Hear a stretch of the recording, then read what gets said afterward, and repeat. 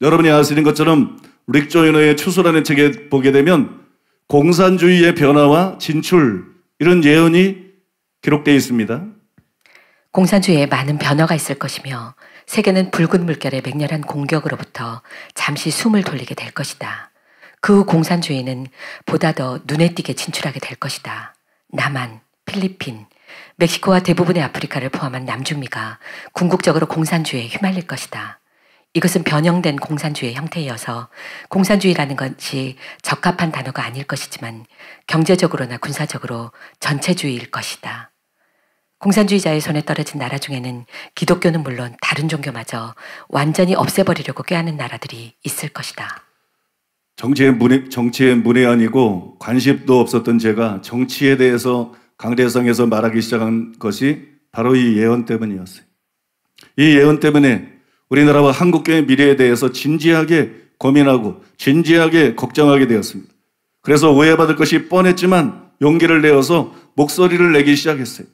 그것이 저에게 얼마나 힘든 일이었는지 몰라요. 여러분, 이단이란 누명까지 쓰고 가뜩이나 부응하기 어려운 상황에서 내가 이 말을 하면 수많은 성도들이 빠져나갈 것은 불을 보듯이 뻔한 것입니다. 그래서 초대형 교회 목사들이 벙어리 행세를 하는 것입니다. 여의도 순복음교회 이용훈 목사부터 그런 철저한 반공주의자지만 김대중의 햇빛 정책을 계승해야 된다. 트릭을 쓴 거예요. 트릭을. 성도도 빠져나가는 것 두려워가지고 자기의 소신과 상관없이 여러분 성도들을 위해서 트릭을 쓰고 이번에도 얼마나 여러분 비겁한 모습을 보이고 있습니까? 초대형 교회 목사들도 그런데 매도당하지 않은 사람들도 그런데 나 같은 사람이 이런 말을 한다는 것은 정말 너무너무 힘든 일이에요. 제가 실제로 정치적인 말을 했을 때 성도들이 500명 단위로 빠져나갔어요. 그런 말을 할 때마다 여러분 출석 성도들이 청장전이 500명씩 빠져나갔습니다. 얼마나 여러분 제가 고통을 당하고 얼마나 고민했는지 몰라요. 그래서 여러분 저는 정치 얘기를 하는 것이 저에게는 가장 큰 용기를 필요로 하는 가장 큰 희생을 필요로 하는 그런 일이었어요. 제가 처음에 릭 조이너의 책에 나오는 그 예언을 읽었을 때 무시했어요. 황당하다고 생각했어요. 북한은 여러분 굶어 죽어가고 수많은 사람이 굶어 죽어가고 이제 완전히 무너지기 직전이었어요. 이 대한민국에서 제정신 가지고 공산주의를 지지할 사람이 누가 있겠느냐. 참 희한한 예언을 다 한다. 그렇게 생각했어요. 그리고 나서 조금 후에 얼마 후에 김대중이 대통령이 됐어요. 그리고 나는 깜짝 놀랐어요. 나라가 완전히 빨간색이었어요. 나라가 완전히 빨간색을 가진 사람들의 세상이 됐어요. 득실거렸어요. 다 죽어져가는 무너져가는 북한이 해방될 수 있었는데 탈북자인 캐나다에 우리 성도들이 증언을 한 것처럼 그들이 북한에서 본 것을 증언한 것처럼 다 죽어가는 김대중을 여러분 김정일이는 이제 다 무너져가서 밤에 자살을 하려고 자기 머리에다가 총을 들이대고 몇 번이나 고민하고 있던 그때 김대중이 햇볕전쟁을 통해서 북한을 다시 살렸습니다. 북한을 다시 살리고 북한 동포가 자유케 되는 것을 막아버렸어요. 저는 그런 모습들을 보면서 야 이거 릭 조이너의 예언을 무시했는데 이게 무시할 게 아니다. 정말 비정상적인 일이지만 북한이 저렇게 다 무너졌는데 소련이 공산주의의 종주국인 소련이 저렇게 붕괴됐는데 이 나라에 공산주의자들이 너무 많구나. 이 나라에 공산주의 세력들이 너무나 많구나. 여러분 정말 저는 충격을 받았고 그래서 여러분 그때부터 간간히 용기를 내서 여러분 정치에 대해서 말하게 된 것이에요. 그런데 최근 들어서 이 예언이 릭 조이너의 예언이 더 실감이 납니다. 구구절절이 마음에 와닿습니다. 정말 나라가 이 예언대로 되는 거 아닌가 하는 위기감이 듭니다. 알다시피 노무현은 중국에 갔을 때 6.25 동란의 배우 중에 하나인 모택동을 존경한다 그랬어요. 모택동을 존경한다. 문재인은 북한이 주적이라는 말을 끝내 하지 않았어요. 대선 때인데 절대 하지 않았어요. 베트남 공살 때 희열을 느꼈다고 썼어요. 국정원장들이 줄줄이 잡혀 들어갔어요. 국정원은 결국 김정은이 원하는 대로 해체가 되었습니다. 오랜 한미동맹은 균열이 생겨서 이름뿐이고 정부는 친북 친중 정책을 펼치고 있어요. 전에 문 대통령이 중국을 방문했을 때 추미애는 러시아를 방문했습니다. 그리고 토지를 국가가 소유하고 사용권만 국민에게 주는 중국식 토지 제도를 해야 된다고 망발을 늘어놨어요. 여러분 지금 헌법이 그대로 되어가려는 위기에 있습니다. 그리고 문 대통령은 국내 주사파 1위 임종석을 비서실장으로 앉힌 것도 모자라서 빨갱이 사상가인 신영복을 존경한다고 공개적으로 말했어요. 이거 외에도 수많은 증거들이 있어요. 여러분 신강관계상 다 세부적인 얘기를 할 수 없어요. 몇 가지만 여러분들에게 말씀을 드린 것이에요. 이렇게 자기 정체를 분명하게 드러내고 있는 상황에서 어찌 나라가 릭조인의 예언대로 되는 거 아닌가 하는 걱정을 안 할 수가 있겠어요. 나라를 사랑하고 교회를 사랑하는 한 사람으로서 여러분 저는 마땅히 그런 걱정을 할 수밖에 없어요. 트럼프가 여러분 국회 연설에서 연설할 때 말한 것처럼 북한은 성경책을 가지고 있다는 이유만으로도 사형을 시킬 수 있는 나라입니다. 죽임을 당할 수 있는 그런 극악무도한 나라입니다. 그들은 기독교를 박해하고 박멸한 여러분 마귀적인 집단입니다. 그러니 여러분 자녀들의 생명을 생각하지 않을 수가 없죠. 교회의 여러분 존립과 안위를 여러분 염려하지 않을 수가 없죠. 우리가 여러분 민감하지 않을 수가 없죠. 걱정하지 않을 수가 없습니다. 최근에는 모든 것이 긴박하게 돌아가고 있어요. 남북 정상회담을 한다는 것에 이어서 김정은이 트럼프를 초청을 하고 트럼프가 북한과 정상회담을 하겠다고 합니다. 그래서 국민들은 당장이라도 평화가 올 것처럼 들떠 있어요. 어리석기 짝이 없는 민족입니다. 미련하고 이기적이고 눈먼 국민들입니다. 국민들은 여러분 들떠 있어요. 더 기가 막힌 것은 기독교인들 중에도 들떠 있는 자들이 너무 많다. 얼마나 어이가 없는 일인가. 왜? 우리 기독교인들에게 달라진 것은 아무것도 없습니다. 그 이유는 두 가지인데 첫째는 북한 김일성 3대가 기독교를 박멸한 최악의 적그리 시도적인 집단이라는 것이고 두 번째로는 우리나라 정부가 문자 그대로 주사파 정권이라는 것이에요. 주사파 정권. 주사파 정권이 뭐냐? 반미, 반기독교 세력이라는 거예요. 반미, 반기독교 세력. 바꿔 말해서 적그리 시도의 세력. 북한과 여러분 본질이 같다는 거예요. 본질이 같다는 거예요. 여러분 이 첫 번째에 대해서는 더 말할 필요도 없겠죠. 북한에 대해서는. 두 번째 우리 정부에 대해서만 여러분들에게 좀 추가 설명을 드리겠습니다. 우리 성도님들 중에 혹 뭐 자식이나 아내나 가족들 때문에 따라 나오지만 왜 목사님이 정치 얘기를 저렇게 하나? 저건 옳은 것이 아니야. 그렇게 생각하고 있는 사람은 지금 하는 얘기를 잘 들으시기 바랍니다. 지금 하는 얘기를 잘 들으면 눈이 떠질 것이고 지금 하는 얘기를 들었는데도 여러분 생각이 바뀌지 않는다. 당신은 악인입니다. 당신은 악인이고 여러분 당신은 잘못된 사람입니다. 내가 예수님의 이름으로 분명하게 말합니다. 저는 지난주에 이정훈 교수님의 교회 해체와 젠더 이데올로기라는 책을 읽었어요. 그 책에 현 주사파 정권 그리고 좌파들의 실체가 여러분 명확하게 드러나 있습니다. 그래서 그 책에 한 4군데 이상에서 이렇게 산재해서 설명해 놓은 것을 제가 다 찾아내가지고 이렇게 정리를 하고 종합을 했어요. 그것을 여러분들에게 소개해 드리기를 원합니다. 현재 한국 사회의 정치, 경제, 사회, 문화, 학술 전 분야에 포진되어 있는 소위 좌파는 크게 두 가지 세력으로 나누어져 있습니다. 북한의 주체 사상을 김일성의 주체 사상을 추종하는 NL이 하나이고 그 다음에 정통 레닌주의를 추종하는 PD가 그 하나예요. 민족주의적인 전통에 강한 우리 국민들의 심성 때문에 NL이 파고들어서 다수파가 되어 있습니다. 강철 서신으로 알려진 김영환이 주체 사상을 보급하고 그리고 학습해서 널리 퍼뜨렸어요. 이 과정에서 현재 국회의원으로 있는 사람들, 현재 우리나라의 고위직에 있는 좌파 리더들이 성장했습니다. 주사파에서 그 리더들이 나왔어요. 김일성 경배하는 빨갱이들에서 여러분 국회의원들이 나오고 여러분 정부의 지도자들이 거기에서 여러분 대거 나왔어요. 현재 소위 친노 정치 파벌의 핵심으로 정부와 여당 그리고 해산된 통합 진보당의 핵심 인사들이 바로 여러분 그들입니다. 그들이 이들 NL이 사실상 좌파의 주류 세력입니다.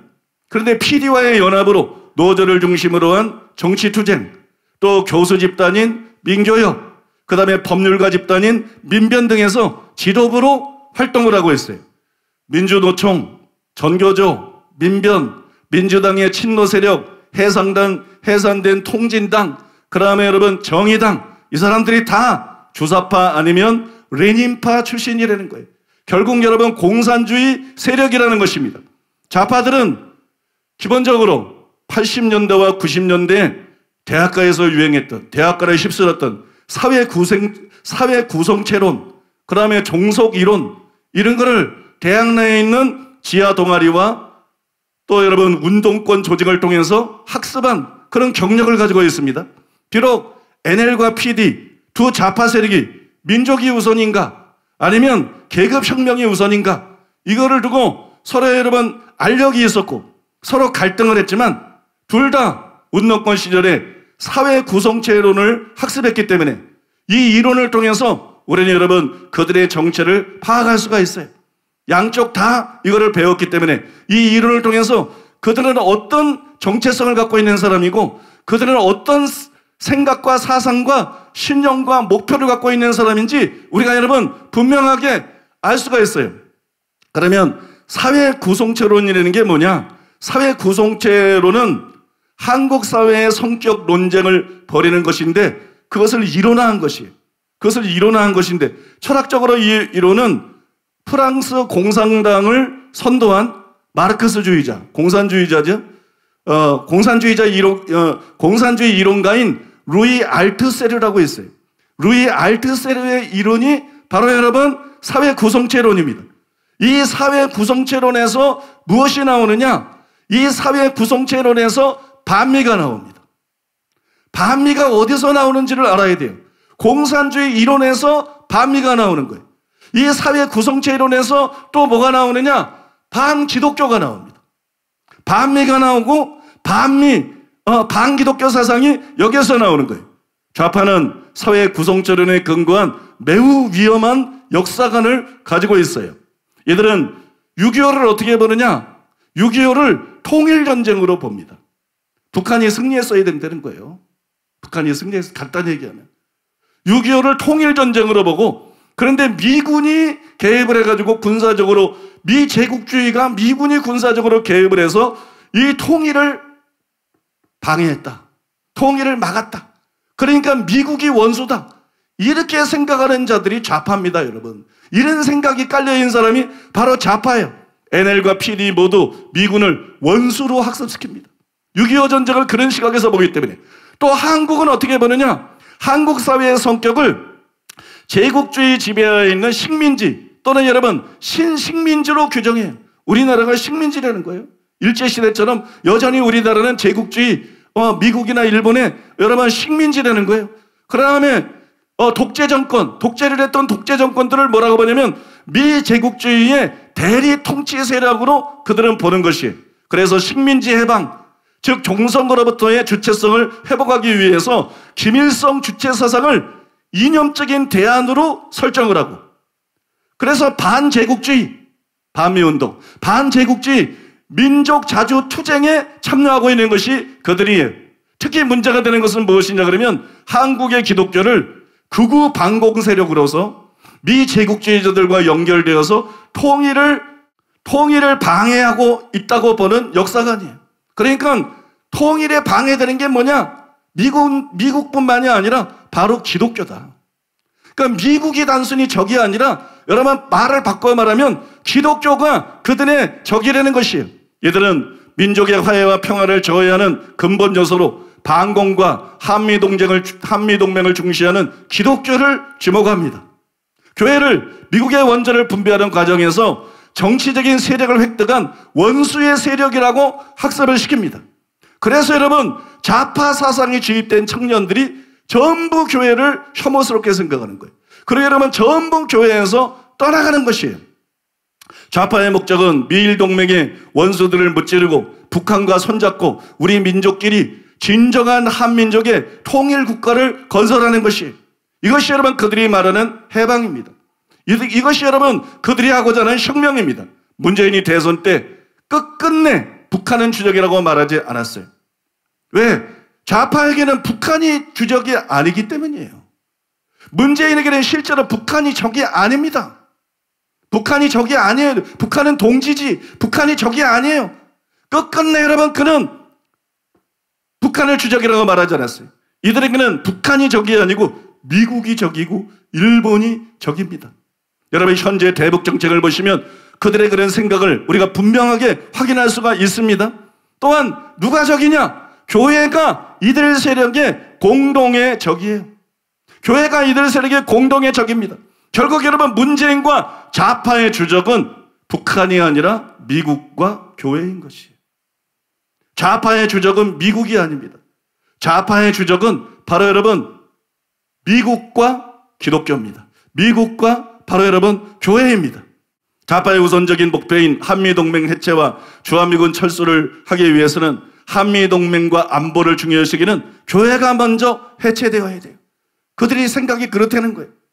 교회는 반공과 한미동맹을 중요시하는 정치의 정신적인 지주 역할을 하고 있기 때문에 교회가 정치적 사회적 영향력을 상실하고 멸절되지 않는 한 이들이 원하는 혁명과 해방은 불가능하다는 것이.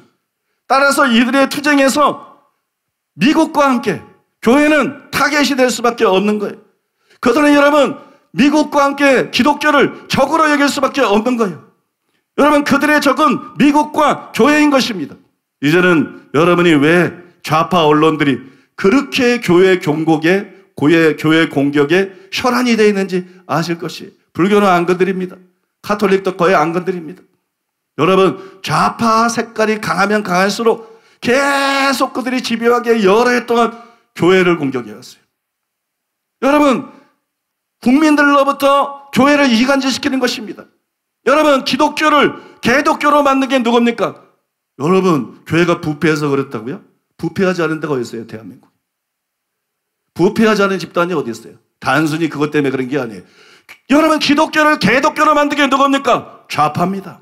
좌파가 여러분 기독교를 개독교로 만든 것이, 목사를 목사로 만든 게 누굽니까? 바로 여러분 좌파예요. 그들이 여러분 장기적인 계획을 가지고 집요하게 여러분 교회를 언론을 통해서 공격함으로써 그렇게 만든 것이에요. 거두절미하고 좌파 사상과 교회는 양립할 수 없습니다. 좌파가 원하는 주한미군 철수가 완수됐을 때 맞이하게 될 통일과 해방은 교회와 국가의 멸절을 의미합니다. 교회와 자유민주주의 대한민국의 멸절을 의미하는 거예요. 그래서 제가 좌파를 지지하는 목사들과 기독교인들에 대해서 분노하는 것입니다. 이것들이 목사가 맞아? 이것들이 정말 기독교인이 맞아? 응? 지금 무슨 사건이 어떻게 돌아가고 있는데 지역 얘기야. 지금 사건이 어떻게 돌아가고 있는데 정교조한테 그 빨갱이 집단한테 세뇌된 대로 그거 가지고 떠들고 있는 거야. 그들에게 배운 무슨 근대사니 이런 거 가지고 허접스러운 거 가지고 떠들고 있는 거야. 여러분, 제가 분노할 수밖에 없는 것이에요. 기독교를 제거해낼 적으로 간주하는 좌파를 목사와 신자들이 지역 이기주의 혹은 정교조의 세뇌가 되어서 지지한다는 것은 한마디로 미혹이고, 여러분, 이것은 마귀의 역사인 것입니다. 이것은 마귀의 역사이고, 이것은 여러분 정말 끔찍한 죄악이고, 말을 바꿔 말하면 하나님 나라에 대한 반역이다. 좌파를 지지하는 것은 하나님 나라에 대한, 예수 그리스도에 대한 하나님 나라에 대한 반역행위다. 저는 예수님의 이름으로 여러분들에게 분명하게 말씀을 드립니다. 이제 왜 남북 정상회담과 북미 정상회담을 통해서 설사 핵을 폐기한다 할지라도 우리에게 달라지는 것이 없다고 제가 앞에서 말을 했느냐? 이해가 되십니까? 여러분, 지금까지 설명해드린 이런 자들이 북한과 의기투합해서 공약한 대로 연방제 통일을 이룬다고 생각해 보세요. 여러분, 상상하기도 끔찍한 일입니다. 그들이 힘을 합해서 교회를 도모할 것은 명약 관아한 일이기 때문이에요. 제가 이 설교를 준비할 때 어떤 분이 개헌 간담회에 참석한 어느 목사님의 글을 저희 교회 인터넷 카페에 올렸습니다. 거기에 이런 내용이 나오는데 제가 그 글귀를 읽고 이것이 바로 내가 말하고 싶어 하는 것이다. 이것이 여러분 제대로 지금 이 전국을 보고 있는 것이다. 이것이 제가 말하고 싶은 거예요. 거기에 그 목사님이 뭐라고 썼느냐? 한번 따라해 볼까요? 북핵이 위협이 아니다. 자꾸 핵꾸리는데 여러분, 북핵이 위협이 아니다. 한번 다시 하겠습니다. 북핵이 위협이 아니다. 주사파와 좌파들이 위협이다. 여러분, 이걸 아셔야 돼요. 핵 없어져도 여전히 위험합니다. 북핵이 위협이 아닙니다. 주사파가 위협입니다. 북핵이 위협이 아닙니다. 좌파가 위협입니다. 그러므로 여러분, 교회는 여전히 위기이고 매우 위험한 상황이라는 것을 깨달아야 되는 것이에요. 의사가 병을 치료하려면 먼저 정확한 진단부터 해야 됩니다. 그래야 바른 처방을 할 수 있고 고칠 수 있어요. 마찬가지로 정치에 눈을 뜨고 현실을 직시해야 됩니다. 그런데 국민들은 물론이고 목사들마저도 기독교인들마저도 이기적이라서 여러분, 현실에 눈을 뜨지 못하고 있어요. 눈이 멀어 있어요. 그러니 우리는 하나님에는 희망이 없는 것입니다. 정말 여러분, 목사들에게도 희망이 없어요. 기독교에도 희망이 없어요. 정치뿐만이 아니라 하나님 외에는 희망이 없어요. 하나님 앞에 모여서 하나님 앞에 여러분 사생 결단하고 부르짖어야 되는 것입니다.